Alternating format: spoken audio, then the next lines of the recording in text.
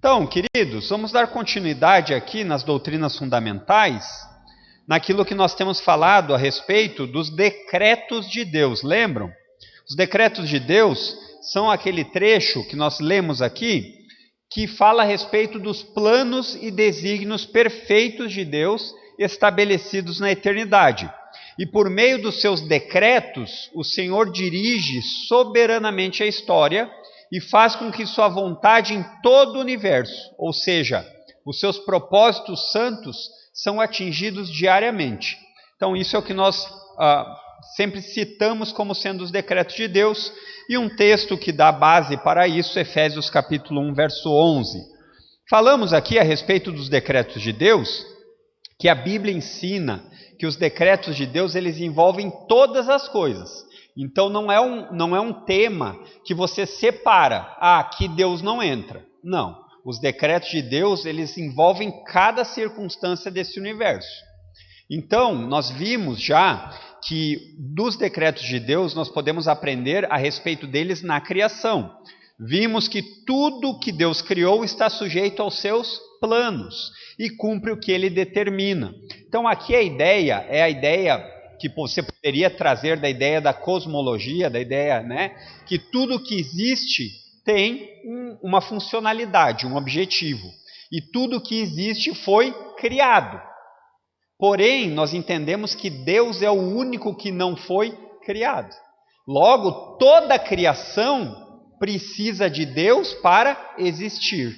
Mas Deus não precisa da criação. Nota aqui que é uma atribuição de superioridade. Essa é a ideia. Então, na criação, Deus criou tudo, tudo se sujeita aos seus planos e cumpre o que ele determina. Então, aqui nós podemos entender e deixar claro que a Bíblia ensina não como horóscopo. O horóscopo, quando você lê, se é que você já leu, espero que se você já leu não leia mais, mas a ideia lá diz assim, olha, hoje está bom para fazer negócios. Por quê? Porque está passando Júpiter por uma influência de Netuno. Com a Bíblia não é assim. Não existem circunstâncias que tornam as coisas mais energizadas. Não, os planos de Deus se cumprem na sua criação. E dentro dos planos de Deus que se cumprem na criação, existem várias coisas relacionadas à ordem. Por exemplo, Deus criou leis. Você sabe que existe uma lei chamada lei da gravidade. Se você quiser dizer que a lei não existe, você vai se dar mal. Porque talvez você vá querer testar essa lei, aonde? Em cima de um prédio. Não lhe sugiro isso. Não vai acabar bem. A mesma coisa acontece com Deus. A diferença é que muitos testam as leis de Deus porque ainda não tem o castigo no exato momento. Então ninguém se arrisca com a lei da gravidade porque sabe o fim que vai ter naquele momento. Com Deus não é muito diferente. A diferença é que ainda existe um tempo em que Deus está permitindo arrependimento. Então nós falamos disso em Romanos capítulo 8, depois falamos em Mateus capítulo 10. Lemos aqui uma frase também de Abraham Kuyper, que aqui eu não coloquei, que não existe 1 centímetro quadrado nesse universo da qual Jesus não olhe e diga assim, é meu. Certo? Depois falamos dos decretos de Deus na história. Então falamos aqui que o Senhor Deus determinou tempos de levantar e de derrubar povos, inclusive locais de estabelecimento. Então volto a lhe dizer, queridos, esse é um tema dos quais você vai ter que tomar uma decisão. Ou você confia na Bíblia no sentido de que se submete ao que ela ensina, ou você vai ter muitas dificuldades. Por quê? Porque esse tipo de assunto é um assunto que não sobra margem para dúvida. Então Deus governa. Mas será que Deus... Não, Deus governa ativamente. Deus não é como existe, nós vamos falar mais na frente nas heresias que devem ser evitadas, como se Deus tivesse criado o mundo, então a Bíblia diz que ele descansou, e por descansar ele saiu de cena e está descansando. Vê um texto mal interpretado, o que pode acontecer? Não, a Bíblia não ensina que Deus deu corda no relógio e deixou o relógio andar sozinho. Deus está ativamente com o seu plano sendo cada vez mais constituído ou realizado na história. Então, nós também falamos aqui que o Senhor fixou, e isso nós vemos no texto lá de Gênesis, tempos de fartura e fome sobre o Egito. Qual é a base que dá para tirar aqui de aplicação? Assim como Deus fez lá no Egito, Deus continua fazendo. Qual é aqui a ressalva para nós? Aquilo que o Deus fez lá e está registrado em Gênesis é revelado a nós. Nós temos lá, então nós podemos tirar informação de lá. Mas hoje nós não temos nem escritura sendo feita mais e nem profetas que recebem revelação nova de Deus, no mesmo sentido que a Bíblia, para dizer assim, olha, o que aconteceu lá em Brumadinho, aquele deslizamento de terra, foi por causa disso, daquilo. Nós não podemos ir longe desse jeito, porque nós não temos essas informações. O que nós sabemos é que Deus está no controle, mas nós devemos ter cuidado de não sermos tentados a precisar ter resposta para tudo. Esse é um perigo que nós corremos. Por quê? Porque muitas vezes, se você é parecido comigo, você acha que precisa defender Deus a todo custo. E existem coisas que você não precisa. Por quê? Porque nós não temos todas as respostas. Essa é a melhor resposta. Por que isso aconteceu? Não sei. Mas Deus não está no controle? Está. Então me explique. Eu não sei lhe explicar. Depois também falamos a respeito de como o Senhor moveu o coração dos egípcios para darem bênçãos aos israelitas que estavam saindo de uma terra de escravidão por tanto tempo. Também vimos, e esses são os temas mais difíceis que falamos, como o Senhor decretou atos maldosos do rei da Síria para os seus propósitos. Então nós vamos depois falar mais sobre isso. É importante que você saiba que quem é o culpado disso? O rei da Síria. Mas Deus, de alguma forma, ele usa o povo, o rei da Síria, para realizar os seus decretos, seus planos. Também falamos que o Senhor decretou a destruição da nação pelos babilônicos. Isso aqui aconteceu com que povo? Povo escolhido. Povo escolhido, povo que recebeu os mandamentos e tudo mais. Esse povo também não passou ileso. Então aqui fica de repente um alerta para nós que embora Deus nos salve, Ele não faz acepção de correção.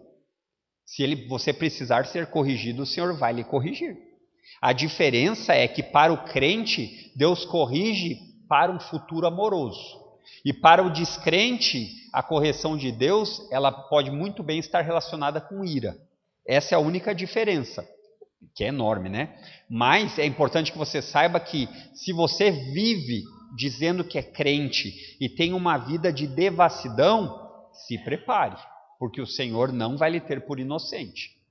Então, continuamos semana passada ainda, falando a respeito da história, que o Senhor predeterminou o castigo dos próprios babilônicos. Se você for lendo a narrativa da história de Israel aqui, inclusive em Jeremias, você vai perceber que existe um uso da força daquelas nações para atingir os propósitos de Deus de julgamento e juízo, mas esses mesmos povos não passaram impunes. E assim também é nos nossos dias. Não pense que algo escapa do controle de Deus. Não, mas não é porque de alguma forma um povo está sendo usado com propósito por Deus que ele está tranquilo. Talvez esse seja o maior erro do judeu, né? Vocês devem lembrar disso. Paulo em Romanos, aqui nós estamos no capítulo 4, ele passa pelo menos um capítulo e meio falando assim: não pensem que por vocês serem da nação de Israel vocês estão livres. Não pensem que porque vocês receberam tantos privilégios, vocês não têm com o que se preocupar. Assim é para nós, queridos. Nós deveríamos lembrar que nós somos privilegiados por sermos salvos em Cristo Jesus. E esse privilégio, ele deve gerar frutos de santidade e de testemunho nesse mundo em trevas. Então, tantas vezes a gente está mais preocupado com coisas que não dizem respeito a um testemunho verdadeiro cristão. Depois também falamos que o Senhor planejou a restauração de Jerusalém por meio de um homem distante, alguém que não fazia parte da nação, né? E inclusive ele chama Ciro de meu servo.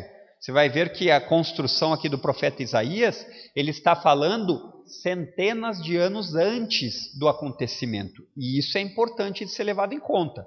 É como se eu hoje aqui falasse algo e ficasse registrado, e daqui a 200, 300 anos isso fosse cumprido. Isso é profecia bíblica, diferente dos achismos que nós temos toda vez que ocorre um acontecimento grave na humanidade, e aí os jornais trazem alguma revelação de Nostradamus, né? Você já deve estar acostumado com isso, né? Nostradamus disse, aí eles ficam tentando encaixar, né? Não sei se isso é mais parecido com profecia de Nostradamus ou da mãe de Iná, lembram também que tinha? Então, ia sendo encaixado. Com a Bíblia é diferente. Uma grande parte das profecias faladas foram cumpridas. E isso dá um caráter de confiabilidade para a Escritura sem igual. Depois falamos aqui a respeito do que o Senhor determinou que os egípcios iriam se despojar. Despojar é se abrir mão, dar daqueles tesouros para o povo de Israel. E tenho que aqui fazer uma ressalva de novo. Lembre-se qual era a circunstância aqui. Israel está saindo depois de várias pragas da nação do Egito, na qual a última praga é uma praga pesadíssima, né? Onde muitos primogênitos, filhos, são mortos. Então, se você que é pai, pense nisso, por um instante, numa situação em que crianças vão ser mortas.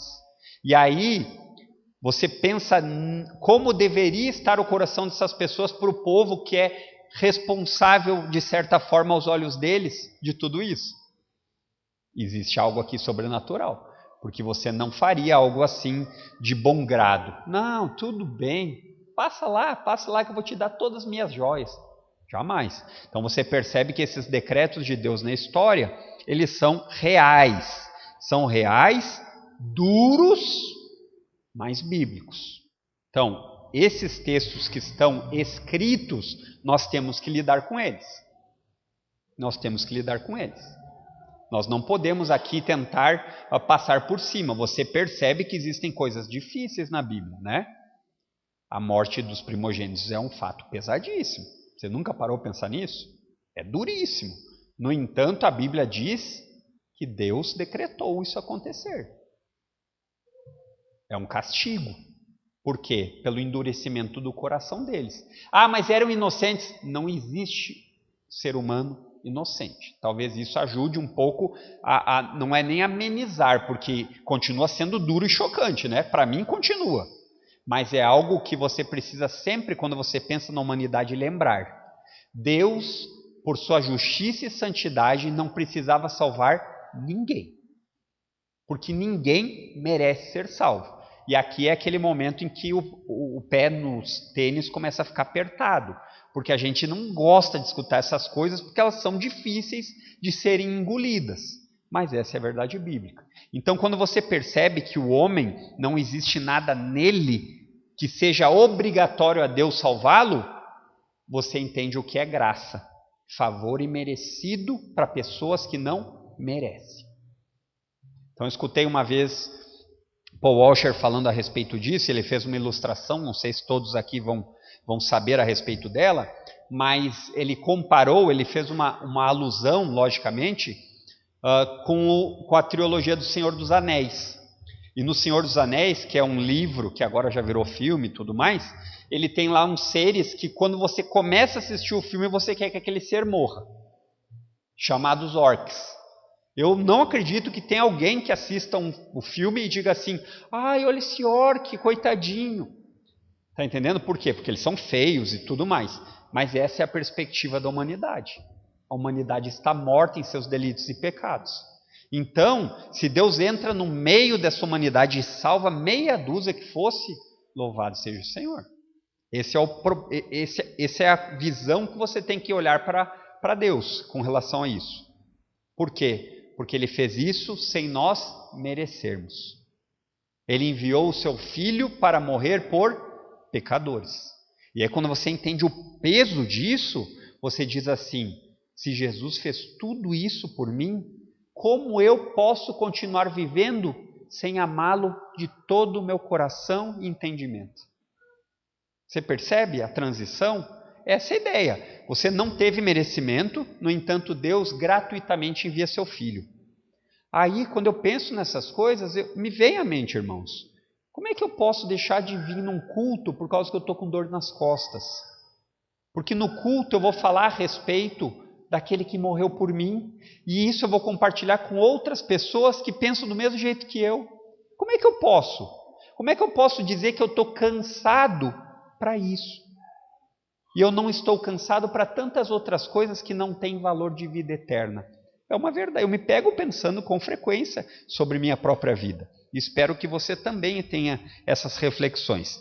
Entrando propriamente no material novo, então aqui nós vamos ver aqui outros personagens entrando na história. Abra aí sua Bíblia em Atos capítulo 4. Já estamos no forno, quase chegando lá. Em Atos capítulo 4 com o pastor Fernando.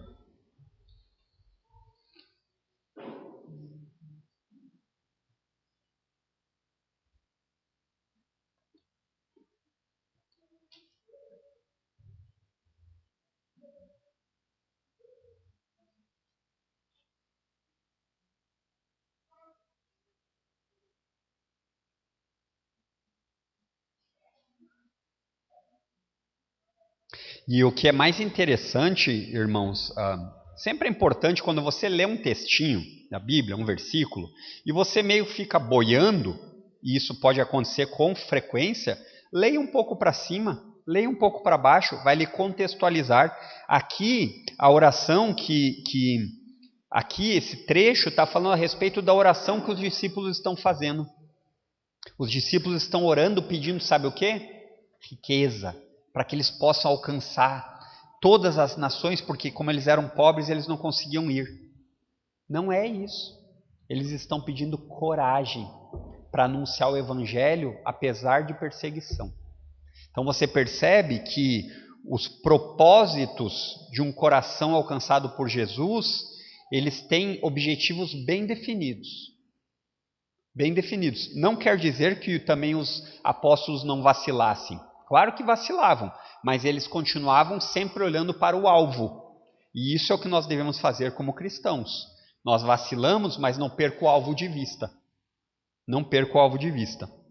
4, 27 a 28, ele diz assim: de fato, isso aconteceu aqui nesta cidade. O que aconteceu aqui? Ele está falando, ele recém citou um texto de Davi falando, porque os reis da terra se unem contra o Senhor? Por que eles se unem contra o Cristo? Então aqui eles estão meio que aplicando o texto de Davi ao que está acontecendo. Aí ele diz assim: de fato isso aconteceu aqui nesta cidade, pois Herodes Antipas, o governador Pôncio Pilato, os gentios e o povo de Israel se uniram contra Jesus, teu santo servo, a quem ungiste. Aí você diz assim, ficou bem definido de quem é a culpa, né? Ficou ou não? De quem é a culpa? Herodes, Pôncio Pilatos, gentios e judeus. Poderíamos dizer aqui todo mundo, né? Não tem ninguém que escape. Não existe alguém que diga assim, mas o nosso povo não. Se você não era judeu, você era gentil. Se você não era judeu, não era gentil, você estava aqui relacionado com a realeza. E aí ele diz assim, verso 28. E aqui talvez você tenha que se apertar aí no banco, porque se você nunca leu esse texto vai lhe deixar meio chocado. Ele diz assim: tudo que fizeram, porém, havia sido decidido de antemão pela tua vontade. Deus tinha decretado que isso iria acontecer. Vai de encontro com um pouco da pregação de domingo, né? Vocês escutaram. Então você percebe que, embora a culpa recaia sobre eles, isso fazia parte do decreto de Deus.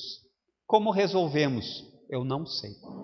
Eu preciso apenas lidar com as duas verdades bíblicas. Que isso não aconteceu porque Deus estava de costas. Ele disse assim, olha, faço enquanto eu viro minha... Não.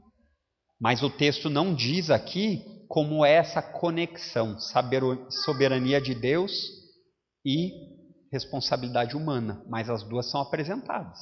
E o ponto aqui que é importante para nós é que isso é apresentado como plano de Deus sendo cumprido. Na NAA diz assim: para fazerem tudo que a tua mão e o teu propósito predeterminaram. Então, um plano determinado de antecedência. E agora ele vem à tona. Ou então a NVI que diz: fizeram o que o teu poder e a tua vontade haviam decidido de antemão que acontecesse. Então você nota que a conexão desse texto é: Deus está continuamente agindo na história. Não caia no erro de querer explicar tudo porque você não é Deus. Mas saiba que nada escapa de Deus. Nem o simples caminhar de uma formiguinha e nem o desfilar de um elefante. Não há nada insignificante demais ou grandioso demais do qual Deus não tenha controle.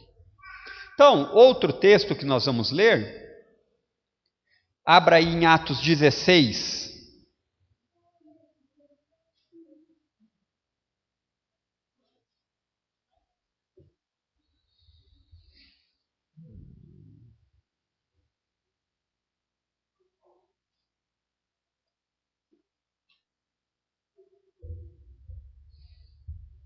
Então, o texto bíblico diz assim, Atos 16, versos de 6 a 10. Em seguida, Paulo e Silas viajaram pela região da Frígia e da Galácia. Eu sei que vocês já sabem, o pastor Fernando já explicou, mas vou apenas lembrá-los. O livro de Atos conta o desenrolar da igreja pós Jesus subir aos céus. E você vai em Atos encontrar um desdobramento de muitas coisas que você vai ler nas cartas. Então, por exemplo, quando você chega lá em Filipenses, quando você chega em Colossenses, você tem narrativas de Atos de coisas que estão acontecendo lá. Então é interessante você aprender a cronologia, porque a cronologia lhe situa mais ou menos onde as coisas estão acontecendo. Então Atos, ele meio que explica de uma visão panorâmica geral. É a mesma ideia de você, quando for ler um livro, você tem como ser minucioso, olhando versículo a versículo, ou você entender um panorama geral. Vou explicar aqui com uma ilustração para de repente ajudar. Imagine que existem pessoas que, quando vão numa floresta, eles estão sobrevoando a floresta e eles enxergam a floresta de cima. Então, eles têm uma visão como um todo da floresta.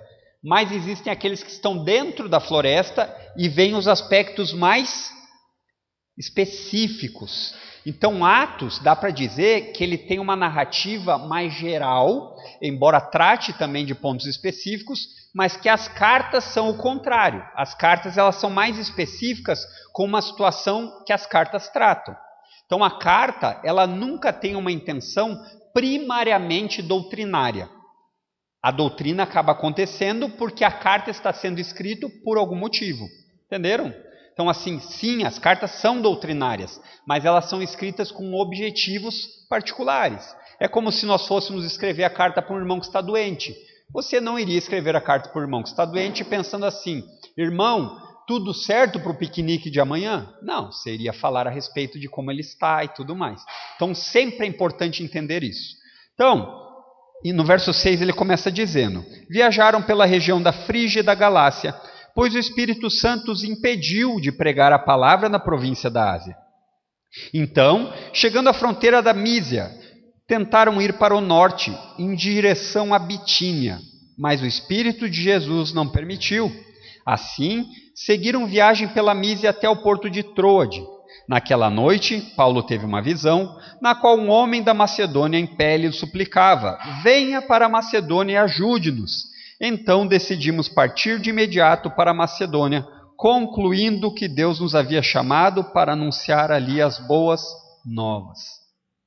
É Deus quem traçou a expansão do cristianismo. Você percebe aqui nesse texto, no qual ele fala que alguns caminhos que eles queriam seguir, não conseguiram. E ele não fala necessariamente de Satanás, mas eles falam do Senhor não deixando eles ir. Então, talvez uma aplicação para os nossos dias seja: cuidado, porque diferente deles que eram apóstolos e que recebiam visões e um tipo de revelação diferente do que nós temos hoje na Escritura, eles podiam fazer esse tipo de assertividade. Olha, vamos por aqui porque esse sonho Deus me revelou. Nós não temos essas características. O máximo que nós podemos ter é um desejo muito grande de servir ao Senhor, mas aí o que nós devemos fazer? Ir para os princípios bíblicos revelados. Ah, mas quer dizer que então Deus está dentro de uma caixinha, você está aprendendo e Ele não pode se relacionar de maneira especial? É claro que pode. Mas como nós temos a Escritura e ela está muito bem definida e completa, útil para instruir, para corrigir, para direcionar no caminho da justiça, segundo Paulo fala a Timóteo em 2 3,16, nós temos uma base. Então nós podemos na Escritura nos debruçar. Então, por exemplo, hoje o cristianismo continua, é necessário que continue a ser pregado? Claro! Isso é um comissionamento para todo crente. Lembram lá de Mateus 28? E qual é o objetivo disso? Fazer discípulos. E de que forma nós fazemos isso? Diversas. Por exemplo, estratégia é algo descartado, porque não tem lá a palavra bíblica estratégia? Não. Então, por que nós não devemos, por exemplo, sair aqui da igreja que está num ponto local e se enfiar dentro de um local que é pouco visível? Porque isso não é estratégico. Ah, mas quer dizer então que não pode lá no interior Deus fazer diferença? Claro que pode, irmãos, mas Deus nos dá a capacidade de, por princípios, discernir, estão entendendo? Mas a extensão, a expansão do cristianismo continua sendo do Senhor. E dia a dia o Senhor acrescentava aqueles que haveriam de ser salvos. A salvação é uma obra do Senhor. Por isso que nós, como igreja, precisamos ser fiéis ao que está ordenado. Nós podemos sim ser inteligentes, podemos sim ter estratégias, mas nós não podemos esquecer que isso aqui não é uma empresa. E que metodologias que funcionam obrigatoriamente de marketing vão funcionar com a igreja. Também não estou dizendo que nós abominemos isso e digamos assim, não, nenhuma propaganda é válida. Claro que não, irmãos. Mas o que eu estou dizendo é que nós não podemos perder o foco. E o foco sempre é que Deus continua no controle, nos deu as ferramentas que nós precisamos, e uma igreja forte, ela é luz para uma cidade em trevas. É verdade que creio que nós temos muito a avançar como igreja. Obra aos carentes, nós temos que avançar nisso, temos que ajudar mais, mas o objetivo principal nunca deve ser catar piolho na vila, embora exista espaço para isso. Mas o objetivo principal é nós lembrarmos de pregar o Evangelho. Porque muitas vezes uma pessoa pode continuar passando fome agora, mas ela pode ser satisfeita eternamente. Então, note que aqui eu não estou dizendo para vocês, abandonem obras de caridade. Pelo contrário, precisamos melhorar nisso, para que as pessoas olhem essas boas obras e glorifiquem a Deus. Mas o que não podemos perder nunca de vista é que o objetivo principal é o Evangelho. Então, se você tiver que escolher entre dar um prato de comida e falar do Evangelho, faça os dois. Não, se for só para escolher só um, fale do Evangelho. Então vamos adiante aqui, queridos. Na história, então, uma coisa importante que você precisa saber é o seguinte: o Senhor decretou que a história termine com a sujeição completa de todo o universo a Cristo. Entendeu? A intenção do plano de Deus é que chegará um dia que todo o universo se dobrará de joelhos diante do Rei dos Reis. Hoje, a humanidade afirma que não tem Deus, mas chegará um dia em que eles não poderão afirmar isso.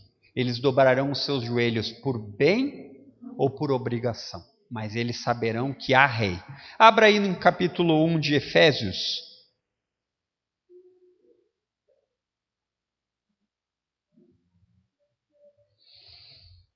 Dos versos 9 a 11.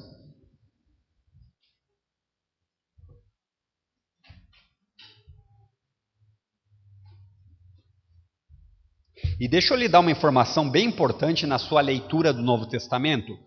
No Novo Testamento você vai encontrar algumas palavras com frequência. Mistério, você vai encontrar revelação, você vai encontrar... Essas duas palavras, elas se encontram com com uma boa quantidade. E qual é o problema dessas palavras? No contexto do que nós vivemos, quando você escuta mistério, você talvez seja levado a descobrir um segredo que ninguém nunca descobriu. Isso pode acontecer, porque quando eu penso nessa palavrinha mistério, é o que me vem à mente, não é? Vou lhe falar um mistério. Aí você fica, o que será que ele vai me falar? Né? Ou então, quando você fala revelação, a palavra revelação, ela nos traz a ideia de algo novo. E a palavra revelação, por trazer algo novo, não está errada. Mas ela tem um contexto novo do Novo Testamento muito claro. E esse texto vai nos ajudar a entender isso. Então, quando você escutar o Novo Testamento falando a respeito de mistérios ocultos, segredos, revelação de coisas escondidas, não está relacionado com adivinhar alguma coisa, mas está relacionado com o Evangelho, que no Antigo Testamento estava meio que como uma sombra. Eles não tinham a revelação daquilo clara, porque aquilo ainda era um mistério. Como isso vai acontecer? Chega o Novo Testamento, a luz é ligada. A sala que estava com pouca luz, estava com uma penumbra, agora ela está bem iluminada. Você pode entender o mistério que estava escondido e que agora foi revelado. Simples, né? Só que o problema é que quando nós não lemos o contexto histórico, nós corremos risco de fazer deduções perigosas. Então você chega e pode ser sincero nisso. Não estou dizendo que uma pessoa que comete um erro desse não é crente. Ainda bem que Deus nos salva pela fé em Cristo, não por errar teologicamente. Né? Existem erros teológicos. Então, assim, existem pessoas sinceras que leem um texto desse e acham que precisam pedir ao Senhor: Senhor, me revela o teu mistério. Né? E ora fervorosamente. E aí não vai receber, porque ele já revelou o mistério. E aí ele diz aqui: agora Deus nos revelou sua vontade secreta a respeito de Cristo, isto é, o cumprimento de seu bom propósito. Então Cristo veio, o mistério foi revelado, mas ainda existe algo nesse mistério que está para o futuro.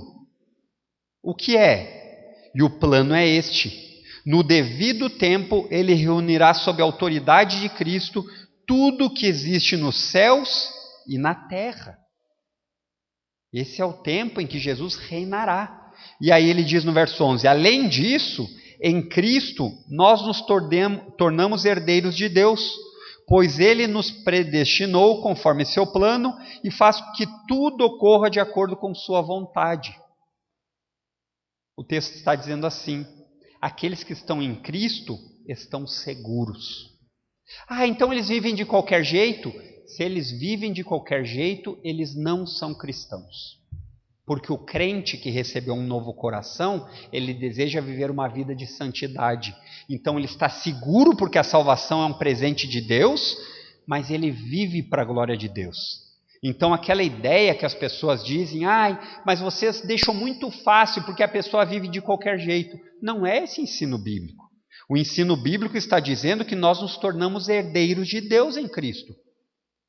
E um herdeiro é alguém que tem garantido a sua herança. Não importa o que aconteça, se você morrer num acidente de carro ou num fuzilamento, a sua herança está garantida. E depois, nessa própria carta aqui aos Efésios, Paulo vai falar sobre o procedimento cristão.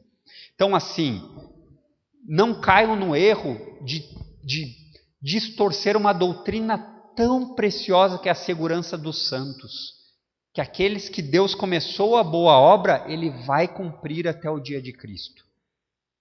Mas esses que Deus começou a boa obra, estão num processo contínuo de vidas santas. Então você nota que novamente a Bíblia, ela não tem problema de afirmar que a salvação vem de Deus, somente dele, exclusivamente dele. O motivo que amanhã de manhã você não acordará descrente é porque Deus está sustentando sua fé, mas isso não quer dizer que você vive uma vida de inércia. Então eu vou agora ser a arvorezinha de Deus e fica plantado e não vive, não faz nada. Não, você gera frutos, porque você está ligado à raiz de Davi. Você está ligado em Jesus. E aquele que está ligado em Jesus gera frutos. Não para a salvação, mas por causa da salvação. Certo? Então, na história, olha que interessante agora esse ponto para nós terminarmos. Na verdade, todas as profecias do Antigo e do Novo Testamento acerca do futuro nada mais são do que revelações dos decretos de Deus referentes ao plano da história universal. O que eu quero dizer com isso? Que tudo aquilo que foi profetizado nada mais é que uma certeza do cumprimento, e muitos já se cumpriram, porque são referentes aos decretos de Deus. É como um livro que Deus escreveu e disse, esse é o script, e assim vai acontecer. Então, os decretos de Deus, nós falamos a respeito deles na criação e na história. Semana que vem, se Deus quiser, nós falaremos do governo humano, né? Essa eu não me escapo, agora nós vamos falar de política. Irmãos, não exija muito do seu pastor. Tenha paciência comigo e tolerância. Não venha com muitos argumentos políticos aí que eu não vou responder todos, certo? Mas isso não quer dizer que não existe espaço para isso aqui nesse tempo que nós vamos falar. Alguma pergunta a respeito dos decretos de Deus na história? Algum fiquei chocado? Sim, de novo. Já li várias vezes, todas as vezes que eu leio eu fico chocado. Porque existem partes difíceis de ser lidadas, né? Os irmãos vão de concordar aqui. Então Deus usa um povo mau, povo da Síria. Então Deus resolve liberar perdão para os ninivitas. Lembram? Jonas, eu não vou lá. Os decretos de Deus estavam estabelecidos. Ele tinha que ir. Sempre é importante, é uma palavrinha mal compreendida também, né, irmão Marcos? Porque assim, nós continuamos fazendo escolhas. Nós não somos robôs. Mas a questão do livre é o problema, né? Se nós entendemos que todos estão debaixo do pecado, Romanos 3:23, lembram? Nós somos o quê? Escravos do pecado, enquanto não somos libertos por Cristo, certo? Então um escravo, ele continua decidindo, mas o escopo de decisão dele é algemado. É como Lutero falou, o escravo-arbítrio. Em Cristo, nós recuperamos a capacidade de discernimento.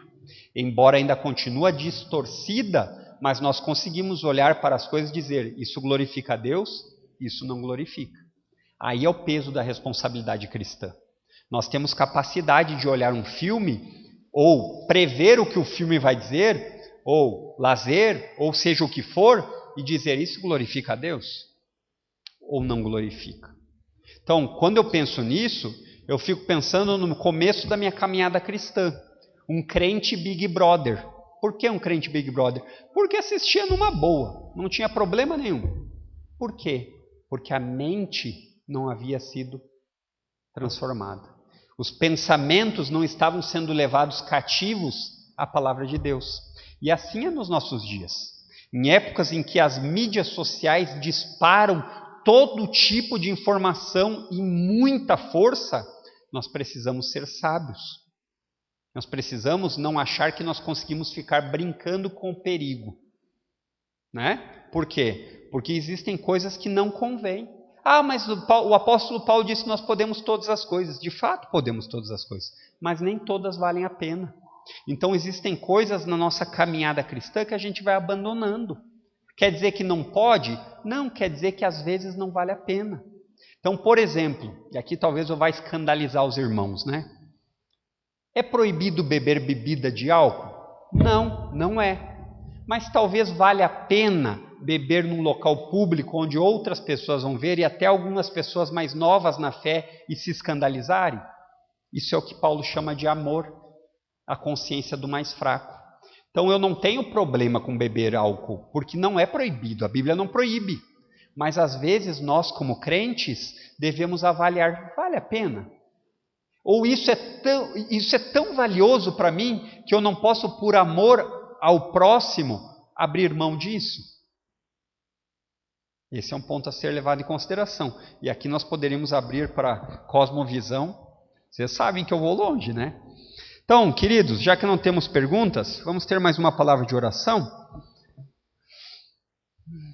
Santo Deus, obrigado. Obrigado por aprendermos a respeito dos teus decretos na história. É verdade, Pai, nós confessamos a Ti que tantas coisas elas vêm pela Tua palavra de uma maneira dura e muitas vezes até nos escandalizam. Mas nos ajuda porque esse escândalo muitas vezes é fruto de mentes que ainda não se submeteram completamente a Ti. É fruto, muitas vezes, de querermos encaixar tudo na nossa mente finita. Nos faz, Senhor, cada vez mais sábios a partir da Tua palavra. Que a Tua palavra seja o nosso guia para a nossa fé e para a nossa vida pessoal. Nos ajuda nessa caminhada porque diariamente nós somos chacoalhados, apertados, esmagados, envergonhados por causa do Teu nome. É verdade, Senhor, que não sofremos muito comparando com tantos problemas na história, mas nós queremos confessar diante de Ti, Senhor, que também é difícil muitas vezes, também temos muitas vezes vergonha. Nos perdoa por causa disso e nos dá intrepidez, coragem e nos coloca bem claro na nossa mente que o motivo disso é o amor pelos perdidos. Se o Senhor nos ajudar com isso, nós conseguiremos ter coragem, porque sempre pensaremos que o fim é a salvação da alma dos perdidos. Que o Senhor também nos dê desejo e diligência para aprender da Tua palavra bons argumentos, de aprender da Tua palavra aquilo que o Senhor ensina tão claramente, para que nós não sejamos pegos de surpresa com novidades de doutrina, com religiões passageiras que vêm na moda, e para que em tudo isso nós sempre glorifiquemos o Teu santo nome. Esse é o nosso desejo e a nossa oração em nome de Cristo. Amém, queridos.